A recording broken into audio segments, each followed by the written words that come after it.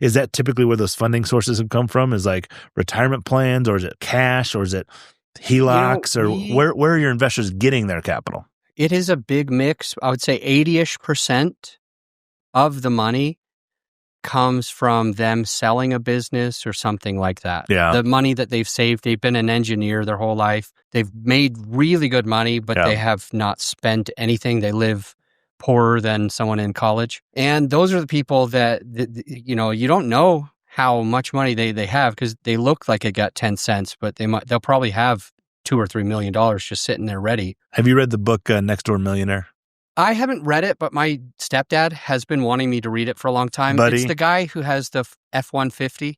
Oh yeah, right. And they did a study, and they basically go and say most of the millionaires that are in, number one, they didn't inherit it. They worked their whole life. They don't have. They look like the people that don't have any money. They've got a $40 watch. They don't buy new cars, and all of a sudden, you look at those people and they've got cash or retirement in the 7 digits on a routine basis.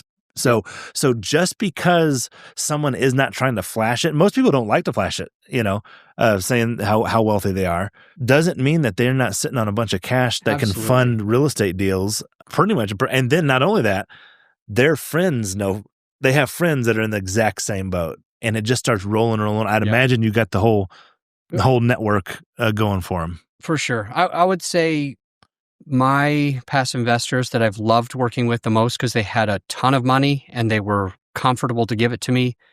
They drove 15-year-old Toyotas and Hondas.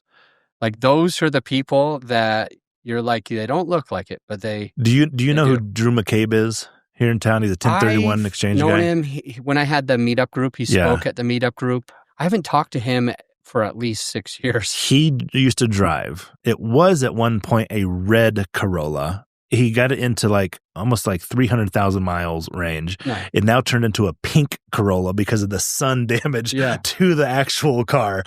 He's a hard money lender too. He does real estate deals and all that kind of stuff. He is very well off. You would never know. He's going to be a guest on the podcast, but I always make fun of him for his Corolla, his pink Corolla. What's that one? There's this clip, and I don't remember who it is, but they are driving. He's getting interviewed. It's Bill Gates or somebody. Jeff Bezos. Yeah. And he's like, so you are worth such and such $1 billion, and what was it? He was driving in a Honda Accord or a Toyota Corolla or something. Like a Camry. He's like, and you're driving this? His only answer was, this is a nice car. It's a perfectly fine car. Yeah, it's perfectly fine. It works. What's with the Honda? This is a perfectly good car.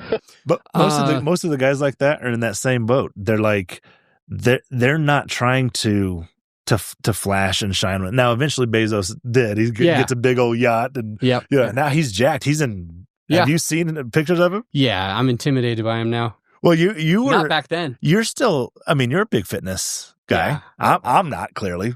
I need to be.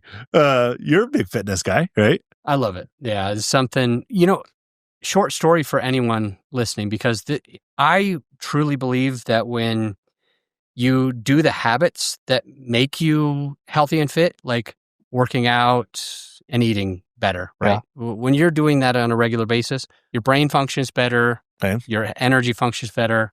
It's easier for you to become successful because you think sharper, you act faster, you have more patience, you don't jump to conclusions, you can navigate solutions easier. So we started this podcast, right? Yeah.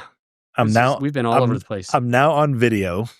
Yes. I see myself and I'm like, I'm a little too husky. Okay. I've got the husky genes going. Adam, what would you, I'm letting you, what would you suggest to someone like me? I'm a driven guy, all that kind of stuff. I make the bad excuses of I'm just too busy. I've got other things going on. I've got things that I want to accomplish.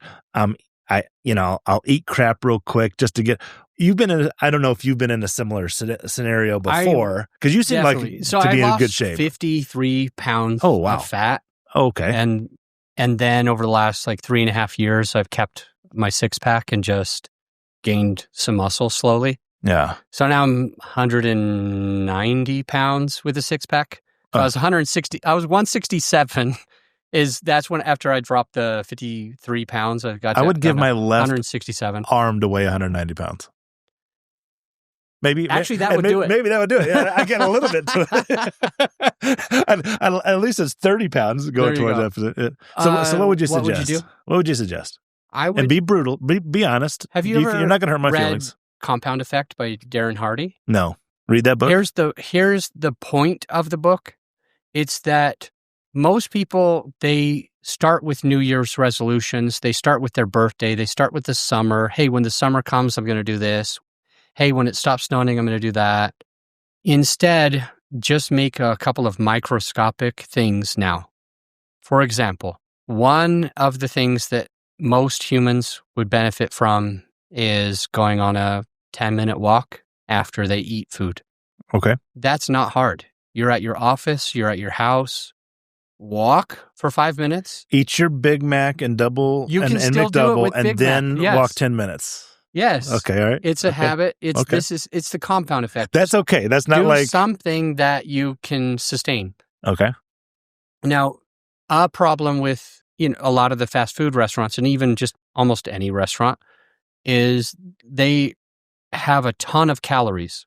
Mm-hmm. There's really nothing wrong with eating sugars or carbs. There's really nothing wrong with eating fats or even trans fats. There's really nothing wrong with eating proteins.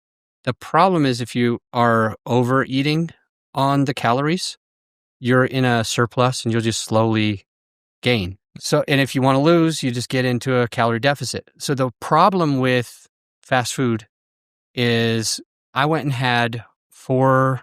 This is so embarrassing. I can eat a lot. So I went to... Buddy, you can eat a lot? Well, let's have a contest. Oh, no problem. So I went to like Wendy's and I got those double Baconators, the Baconators. Yeah. With 2 patties. And they were on sale. And I wanted to get a lot of protein. So You got the Baconators? I got 4 of those. 4 Baconators. And after I ate them, I went to plug it into my calorie calendar. Okay. And I don't remember now, it was like 5,000 calories in just one meal, just one quick meal because of the mayonnaise, the bacon, and the 20% meat. Yeah. The 20% fat meat. Yeah. And I was thinking, I'm going to have plenty of protein. This is good. Like, are you kidding me? I ate for 3 days, and I could do that. I could do that easy. Here's the point.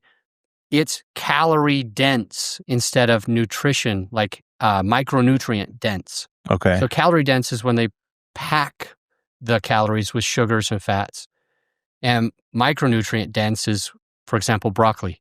It has almost no calories, but tons of things beneficial to your body. Yeah. So if I were somebody who wanted to change their path, I'd go out on a walk, leave for 5 minutes, turn around, come back for 5 minutes. That 10-minute walk after you eat makes a huge difference. Easy thing. Anyone can do. Got it. Second thing is I would switch some of my calorie-dense foods to nutrient-dense foods. Okay. So, for example, what I eat a lot is chicken breast, rice, and broccoli. You don't have to do that to get success, but I think sometimes boring is the easy way to do it. So I'll have like 6 eggs in the morning, usually maybe 8 or 12, but most of the time 6 eggs with some avocado. That'll keep me full for a long, long time. When I need a snack, I'll get yogurt with blueberries and a protein shake, a protein drink mixed into the yogurt. Okay. It makes it flavored good. Okay.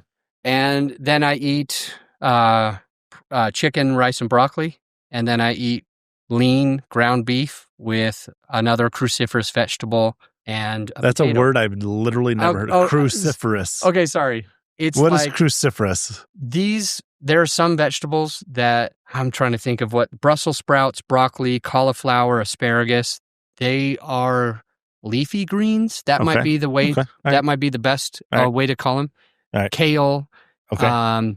these vegetables have a ton of like vitamin K and other, beneficial vitamins. But what's interesting is they will make you feel extremely full because they're huge, but they don't have a ton of calories. Okay. So you can eat as much as you want. And so this way, I'm always full. So you and I always have a six-pack. Talking about the six-pack, which I think, I watched some video where this talked about the number of people with a six-pack, like percentage-wise. It's like 1%. It's like 1%. Yeah. Right. So good for you. We got a 1%er here. Thanks for watching. Hit the subscribe button right now. You don't want to miss the next episode. Every week, we drop practical money strategies and real stories that'll change the way you think about wealth.